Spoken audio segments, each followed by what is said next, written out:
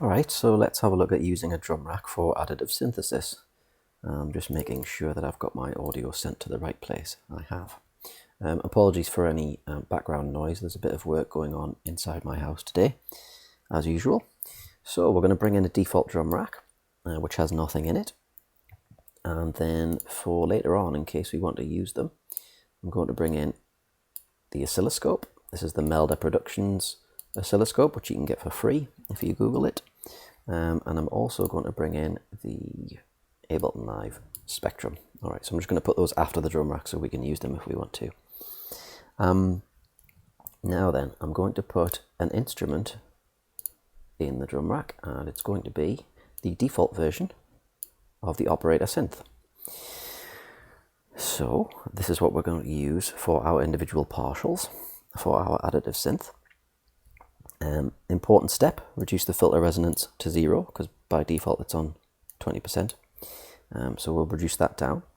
And I'm going to create, at this point, just an arbitrary amplitude envelope. That can be pretty much anything you want, but I would say just set it to something, whatever you like really at this point. You can always change it later. We're going to go into our receive setting, and we're going to change the receive setting to be all notes. So we can essentially play our operator synth with any MIDI note which is incoming.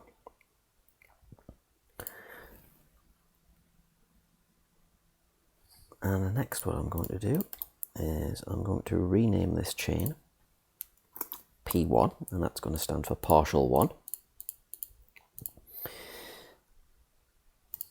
We've done the amplitude envelope. I'm going to reduce the chain volume to -15 because we're going to add at least 4, probably 8 of these, and once they all add up, they're going to add, the levels are going to be added together, and we don't want to cause any distortion. So let's just reduce the volume at this point. Okay, I just had to stop and think about this for a minute there. It's been about a year since I last did this.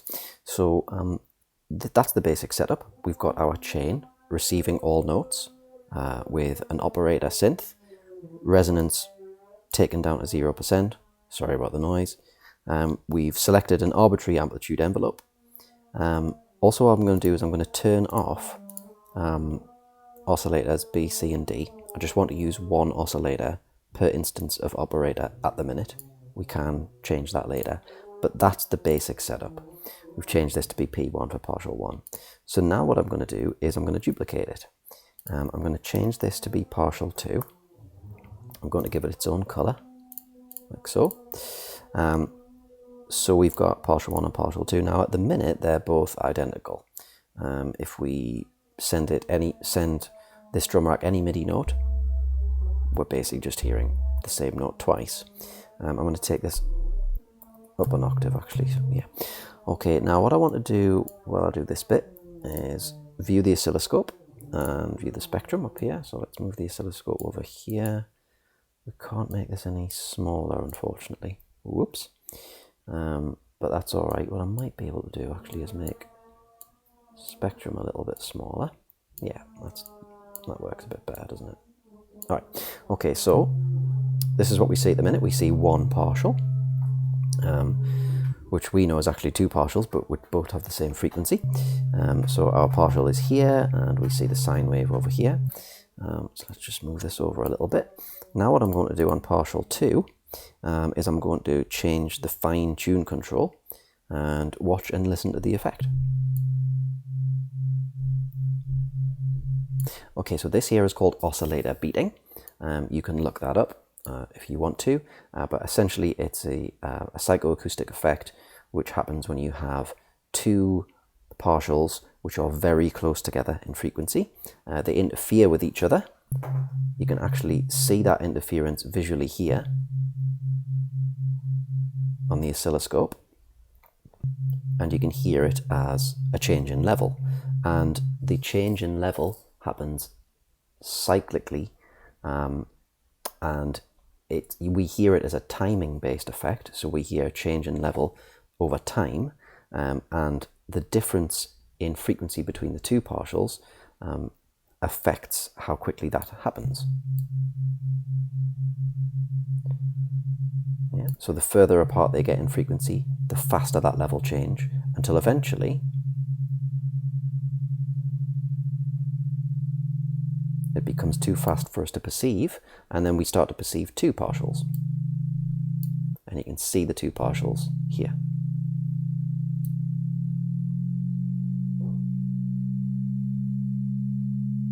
And if I take this all the way up to 1,000,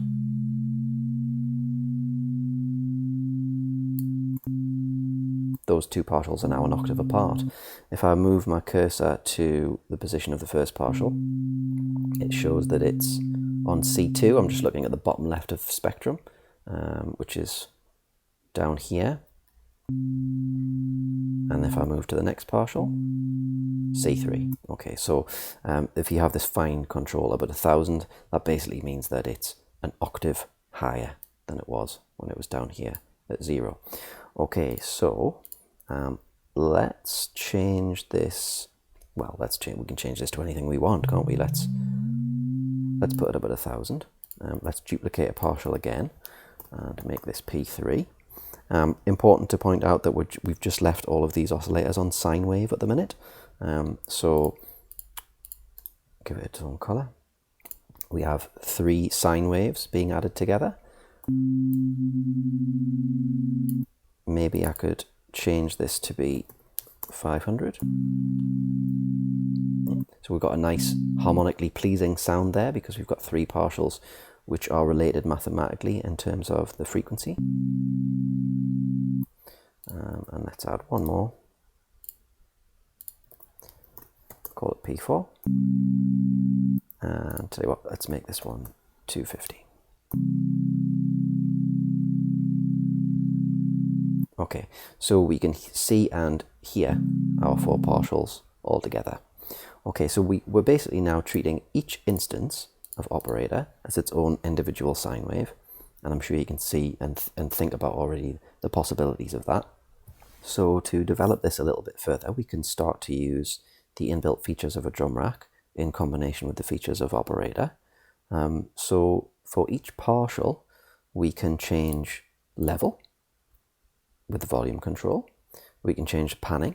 So let's just start off with that, and I'll start to, tell you what, let's listen to the sound and I'll start to opposition pan these partials.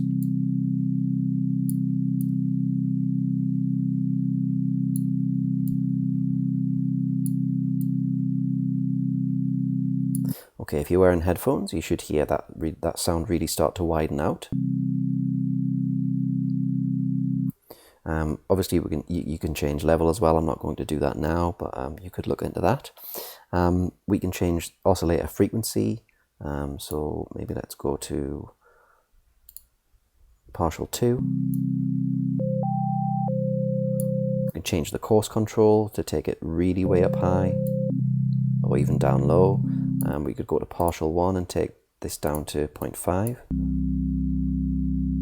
So we've got a very low down partial underpinning everything. With partial 4, we could take that up here. Okay, now what I'm doing is I'm going up and down my keyboard.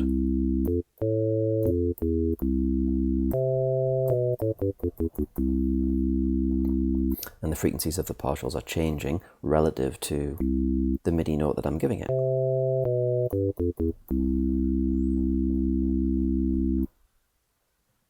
Okay, we can also give each individual partial its own amplitude envelope if we want to.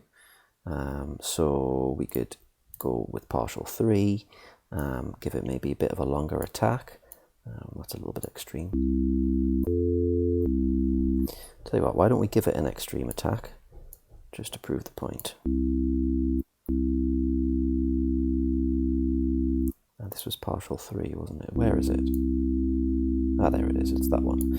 Okay.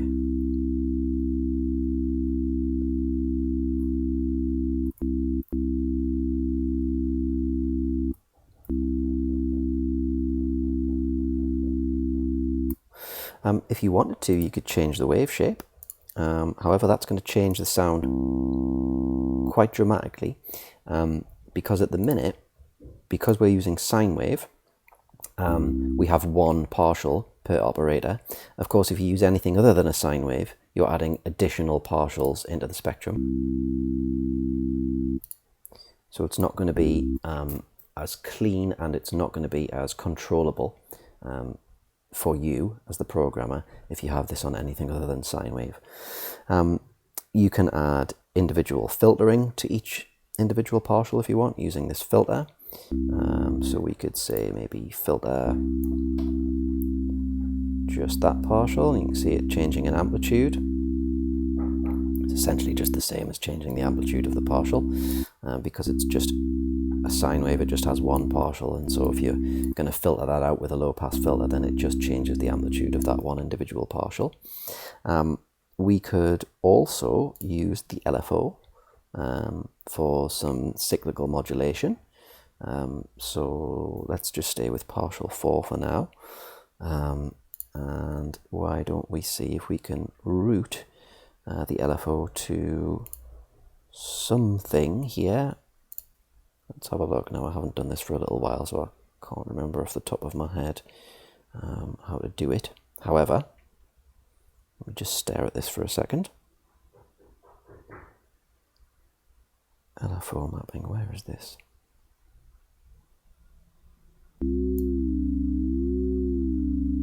Okay, so this is mapping the LFO to the pitch. Let's increase the rate.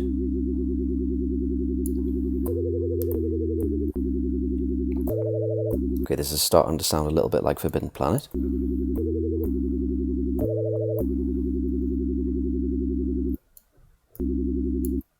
Put this back to 0. Okay, having thought about it a little bit more, the way that I normally like to use the LFO modulation within Operator is to use this Destination B selector. So you can press this, and this chooser will allow you to select your destination for the modulation. So if it's just oscillator volume, you can do that here. There's an amount control, or you can use the global amount control.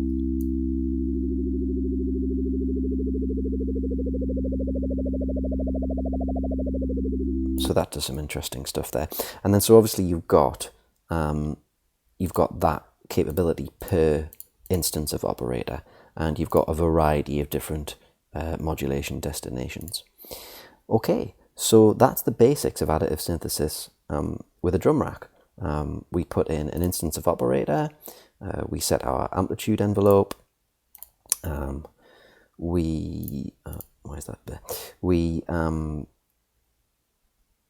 by default, normally I leave this at 1 and leave this at 0. We call it P1, we give it a color, and then we start to duplicate it, and then we can start to change the volume in the chain mixer, the spatialization, the location within the stereo field with panning, and then we can start to go into the individual instances of Operator, fine-tune the frequency, and we can fine-tune the amplitude envelope, and then we can start to add some LFO modulation as well. Of course, you've got, for each instance of Operator, you can have up to 4 individual oscillators. So just with these 4 instances of Operator, that would give us the ability to have 16 combined partials. So this can get very deep very, very quickly. So it's up to you whether you want to just have one partial per instance of Operator, or you just want to have a couple or 3 or 4 and start adding partials in with these individual partials that you can add in from within Operator. That didn't sound very clear when it came out of my mouth, but hopefully it made sense to you. Just experiment with it, follow the steps that I've shown, and yeah, have fun. The next one is going to be about adding effects.